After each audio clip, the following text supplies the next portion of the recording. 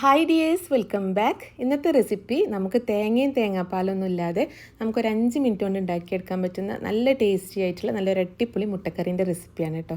അപ്പോൾ നമുക്ക് എങ്ങനെയാണ് ഈ ഒരു ടേസ്റ്റി ആയിട്ടുള്ള മുട്ടക്കറി ഉണ്ടാക്കിയെടുക്കുന്നത് നോക്കാം. ആദ്യം തന്നെ നമുക്ക് മുട്ടക്കറി ഉണ്ടാക്കാൻ വേണ്ടിയിട്ടുള്ള പാൻ ഒന്ന് ചൂടാൻ വെക്കാം. അതിലേക്ക് ഒരു 3 ടേബിൾ സ്പൂൺ വെളിച്ചെണ്ണ ഒഴിച്ചു കൊടുക്കണം കേട്ടോ. ഈ ഒരു കറി നമ്മൾ വെളിച്ചെണ്ണയിൽ ഉണ്ടാക്കിയെടുക്കുമ്പോഴാട്ടോ കുറച്ചും കൂടി ടേസ്റ്റ് ഉണ്ടാകുന്നത്. വെളിച്ചെണ്ണ ഒന്ന് ചൂടായിട്ട് വരുമ്പോൾ നമുക്കതിലേക്ക് കുറച്ച് ഗരം മസാല ഇട്ട് കൊടുക്കാം. ഞാൻ ഒരു 2 ഏലക്കായ, 2 പട്ട, 2 ഗ്രാമ്പു ഇതായിട്ട് എടുത്തിട്ടുള്ളത്. ഇതൊന്ന് എണ്ണയിലേക്ക് ഇട്ടൊന്ന് ജസ്റ്റ് ഒന്ന് മൂപ്പിച്ചെടുത്ത ശേഷം നമുക്കതിലേക്ക് കുറച്ച് വെളുത്തുള്ളിയും ഇഞ്ചിയും കൂടെ ഇട്ട് കൊടുക്കാം.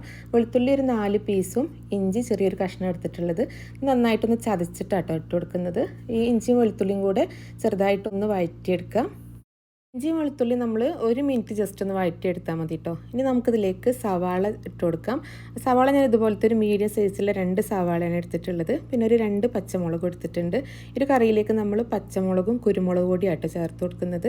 സവാളയും പച്ചമുളകും ഇതാ കട്ട് ചെയ്തെടുത്തിട്ടുണ്ട്. ഇഞ്ചിയും വെളുത്തുള്ളിയൊക്കെ എണ്ണയിൽ കിടന്നിട്ട് നന്നായിട്ടൊന്ന് വഴന്ന് വന്നിട്ടുണ്ട്. ഇനി നമുക്കിതിലേക്ക് കട്ട് ചെയ്ത് വെച്ചിട്ടുള്ള സവാളയും പച്ചമുളകും കൂടെ ഇട്ട് കൊടുക്കാം. ഈ ഒരു സവാളയും പച്ചമുളകും നമ്മൾ നന്നായിട്ടൊന്ന് വഴറ്റിയെടുക്കണ്ട കേട്ടോ. ജസ്റ്റ് ഒരു 1-2 മിനിറ്റ് ഒന്ന് വഴറ്റിയെടുത്താൽ മതി. ഒരു സവാളിൻ്റെ ക്രഞ്ചിനെസ് വേണം കേട്ടോ. അങ്ങനെയാണ് ഈ ഒരു കറിൻ്റെ ടേസ്റ്റ് ഉള്ളത്. നമ്മൾ സവാള നന്നായിട്ട് സോഫ്റ്റായി വരുന്ന വരെ ഒന്നും വഴറ്റിയെടുക്കേണ്ട ആവശ്യമില്ല. അപ്പോൾ ഇതിലേക്ക് ഞാൻ കുറച്ച് ഉപ്പും കൂടെ ചേർത്ത് കൊടുത്തിട്ട് ഒരു മീഡിയം ഫ്ലെയിമിൽ വെച്ചിട്ട് തന്നെ സവാള ഒരു 2 മിനിറ്റും കൂടെ ഒന്ന് വഴറ്റിയെടുക്കുകയാണ്. സവാള വഴന്നു വരുന്ന സമയം കൊണ്ട് നമുക്കിതിലേക്ക് വേണ്ടിയിട്ട് കുറച്ച് കാഷ്യൂനട്ട് ഒന്ന് പൊടിച്ചെടുക്കാം. അപ്പോൾ ഞാനൊരു 12 കാഷ്യൂനട്ടായിട്ട് എടുത്തിട്ടുള്ളത്. ഇത് മിക്സിയുടെ ചെറിയ ജാറിലിട്ടിട്ട് നന്നായിട്ടൊന്ന് പൊടിച്ചെടുക്കുകയാണ്. പൊടിച്ചെടുത്ത ശേഷം ഞാനത് അതിലേക്ക് 1 കപ്പ് വെള്ളം ഒഴിച്ച് കൊടുക്കുകയാണ്. എന്നിട്ട് ഒന്നും കൂടെ ഒന്ന് അടിച്ചെടുക്കാം കേട്ടോ. അപ്പോൾ നമ്മൾ പെട്ടെന്ന് അരിഞ്ഞ് കിട്ടാൻ വേണ്ടിയിട്ടാണ് ആദ്യം ഒന്ന് കാഷ്യൂനട്ട് പൊടിച്ചെടുക്കുന്നത്. അപ്പോൾ ഇത് നമുക്കൊന്ന് മാറ്റി വെക്കാം. അപ്പോൾ ആ ഒരു സമയം കൊണ്ട് സവാള അത്യാവശ്യം വഴന്നിട്ടുണ്ട്. ഇതുപോലെ ജസ്റ്റ് ഒന്ന് വഴന്ന് വന്നാൽ മതി കേട്ടോ. ഇനി നമുക്കിതിലേക്ക് തക്കാളി ചേർത്ത് കൊടുക്കാം. അപ്പോൾ ഞാൻ 1 തക്കാളിയായിട്ട് എടുത്തിട്ടുള്ളത്.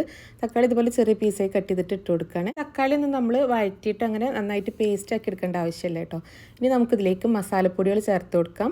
ഒരു 1/2 ടീസ്പൂൺ മഞ്ഞൾപ്പൊടിയും 1 ടീസ്പൂൺ മല്ലിപ്പൊടിയും ഒരു 1/2 ടീസ്പൂൺ ഗരം മസാലയായിട്ട് ചേർത്ത് കൊടുക്കുന്നത്.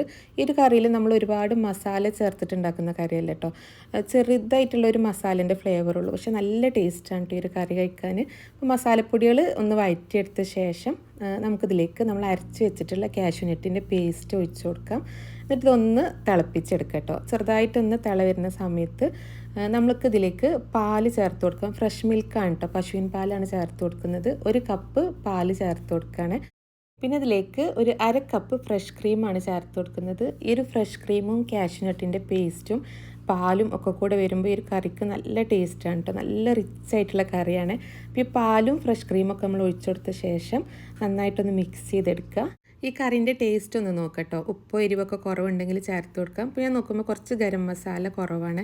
അപ്പോൾ 1 ടീസ്പൂൺ ഗരം മസാലയും 1 ടീസ്പൂൺ കുരുമുളക് പൊടിയും കൂടെ ചേർത്ത് കൊടുക്കുകയാണ്. പിന്നെ അതിലേക്ക് കുറച്ച് ഉപ്പും കൂടെ ചേർത്ത് കൊടുക്കുക. എന്നിട്ട് നന്നായിട്ടൊന്ന് മിക്സ് ചെയ്തെടുക്കുക കേട്ടോ. ഇത് ചെറുതായിട്ടൊന്ന് തിളച്ച് വരുമ്പോൾ നമുക്കിതിലേക്ക് പുഴുങ്ങി വെച്ചിട്ടുള്ള മുട്ട ചേർത്ത് കൊടുക്കാം. അപ്പോൾ ഞാനൊരു 4 കോഴിമുട്ട പുഴുങ്ങിയിട്ട് ഇതുപോലെ തോടൊക്കെ കളഞ്ഞിട്ട് ഒന്ന് വരഞ്ഞ് കൊടുത്തിട്ടുണ്ട് ഇതിനകത്തേക്ക് മസാല പിടിക്കാൻ വേണ്ടിയിട്ട്. അപ്പോൾ മുട്ട കൂടെ നമുക്കിതിൽ ഇട്ട് കൊടുത്തിട്ട് നന്നായിട്ടൊന്ന് മിക്സ് ചെയ്തെടുക്കുക. എന്നിട്ട് ഇതിലേക്ക് ഞാൻ ഒരു 2 പച്ചമുളകും കുറച്ച് മല്ലിയിലയും കൂടെ ഇട്ട് കൊടുക്കുകയാണ്. എന്നിട്ട് ഇതൊന്ന് അടച്ച് വെക്കുക. 1 മിനിറ്റ് നമ്മളിത് മീഡിയം ഫ്ലെയിമിൽ വെച്ചിട്ട് ഒന്ന് തിളപ്പിച്ചെടുക്കുക കേട്ടോ. അതിന് ശേഷം നമുക്ക് ഫ്ലെയിം ഓഫ് ചെയ്യുക. എന്നിട്ട് നമ്മളൊരു 5 മിനിറ്റ് കഴിഞ്ഞിട്ട് നമുക്ക് ഈ ഒരു കറി സെർവ് ചെയ്യാവുന്നതാണ്. നല്ല ടേസ്റ്റി ആയിട്ടുള്ള നല്ല അടിപൊളി മുട്ടക്കറിയാണ്. ഏതിൻ്റെ കൂടെ കഴിക്കാനും നല്ല ടേസ്റ്റാണ് കേട്ടോ. നല്ല റിച്ച് ആയിട്ടുള്ള കറി ആയതുകൊണ്ട് തന്നെ നമുക്ക് നെയ്ച്ചോറിൻ്റെയും പൊറാട്ടിൻ്റെ കൂടെ ഒക്കെ കഴിക്കാൻ നല്ല ടേസ്റ്റാണ്.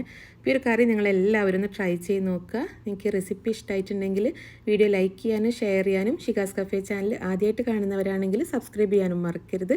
അപ്പോൾ അടുത്ത നല്ല റെസിപ്പീസും വ്ളോഗ്സൊക്കെ ആയിട്ട് ഇൻഷാ അല്ലാഹ് കാണാം. അപ്പോൾ എല്ലാവർക്കും താങ്ക്സ് ഫോർ വാച്ചിങ്.